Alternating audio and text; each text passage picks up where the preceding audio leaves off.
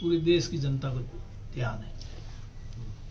उसके बाद में हमारे प्रदेश के प्रभारी और अखिल भारतीय कांग्रेस कमेटी के महासचिव अजय माकन जी ने उस घटना के बारे में रिपोर्ट भी पार्टी नेतृत्व को दे दी। सर थोड़ा इस और उसके बाद में वेणुगोपाल जी ने 2 दिन के अंदर उस घटना के बारे में निर्णय के लिए कहा, लेकिन उसको इतना समय बीत जाने के बाद में भी उसके बारे में कोई निर्णय नहीं होना, ये एक अनिश्चितता का वातावरण बना हुआ है प्रदेश में और पूरे देश में। इसलिए इस अनिश्चितता के वातावरण को ख़त्म किया जाना बहुत ज़रूरी है। ये पार्टी के हित में है और 2023 के जो विधानसभा के चुनाव हैं उसके मद्देनजर इस पर तत्काल निर्णय किया जाए। और अगर इस निर्णय में देरी अब तक जो देरी हुई है उससे भी नुकसान हुआ है, और ज़्यादा अधिक देरी होगी तो और ज़्यादा पार्टी को नुकसान होगा। और हमारा जो लक्ष्य है वो है 2023 के विधानसभा चुनाव में फिर से कांग्रेस की सरकार बनाने का, तो हम वो लक्ष्य हासिल नहीं कर पाएंगे अगर निर्णय में देरी हुई। सर क्या चाहते क्या हैं आप? क्योंकि आप सरकार में कैबिनेट मंत्री भी हैं और पुराने कांग्रेस के दिग्गज नेता हैं। अखिल भारतीय कांग्रेस कमेटी के महासचिव अजय माकन जी ने यहाँ की रिपोर्ट पार्टी नेतृत्व को सौंप दी, और अभी जो हमारे अखिल भारतीय कांग्रेस कमेटी के अध्यक्ष है मल्लिकार्जुन खड़गे जी, वो भी उनके साथ थे। इसलिए उनको खुद को मालूम है जो 25 तारीख की घटना हुई सब उनकी जानकारी में, उनके संज्ञान में, तो फिर निर्णय लेने में इतनी देरी का कोई कारण नहीं होना चाहिए। निर्णय हाईकमान को लेना है, हमें नहीं लेना है।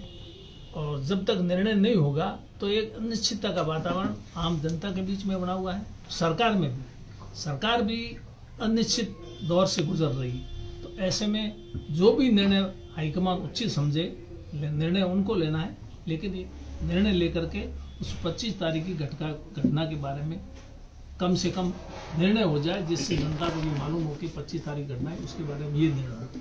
क्योंकि कुछ लोगों को नोटिस भी दिए गए, उन्होंने वापस जवाब भी दे दिए और जनरल सेक्रेटरी ने रिपोर्ट भी दे दी। उसके बाद में फिर निर्णय में देरी होने में पार्टी को नुकसान हो रहा है। सर भारत जोड़ो यात्रा भी राजस्थान में पहुंचने वाली है, और इस तरीके से जिस तरीके से आप बात कर रहे हैं कि राजनीतिक अस्थिरता का माहौल है, कितना असर पड़ेगा भारत जोड़ो यात्रा पर?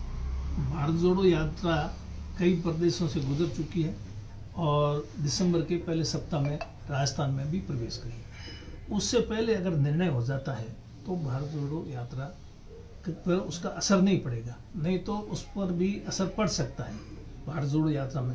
हालांकि उस भारत जोड़ो यात्रा के मामले में सभी कांग्रेस जन एकजुट है उस यात्रा में को सफल बनाने में, उसमें कहीं कोई दिक्कत नहीं है।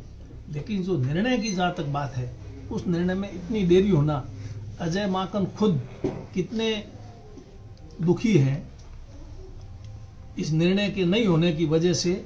उन्होंने भी राजस्थान के प्रभार की जो जिम्मेदारी है उससे मुक्त होने की बात कही है, पत्र लिखा है हमारे ऑल इंडिया कांग्रेस कमेटी के अध्यक्ष जी को। तो इस प्रकार की अगर स्थिति प्रदेश कांग्रेस कमेटी का जो प्रभारी है ऑल इंडिया कांग्रेस कमेटी की तरफ से नियुक्त किया हुआ, वो भी कह रहा है, तो फिर यहाँ संगठन की क्या स्थिति होगी, सरकार की क्या स्थिति होगी। भारत जोड़ो यात्रा में भारत सरकार की जो कमेटी बनी हुई है, ऑल इंडिया कांग्रेस कमेटी की तरफ से कमेटी बनी हुई है भारत जोड़ो यात्रा में, उस कमेटी के और प्रभारी का तो मुख्य दायित्व रहता है।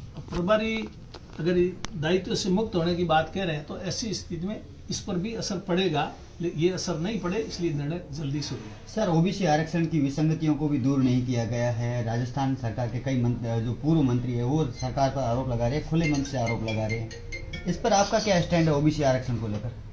ओबीसी आरक्षण को लेकर के 17/4/18 को एक परिपत्र जारी हुआ, अधिसूचना जारी हुई, उससे ये विसंगति पैदा हुई।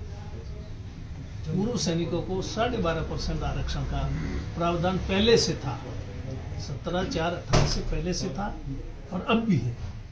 लेकिन ये 17/4/18 को जो परिपत्र जारी हुआ उससे ओबीसी के जो कोटा है उसमें कम हो गया। कई विभागों में तो ओबीसी की जो भर्तियां निकली अभी, उसमें ओबीसी का कोटा 0 है।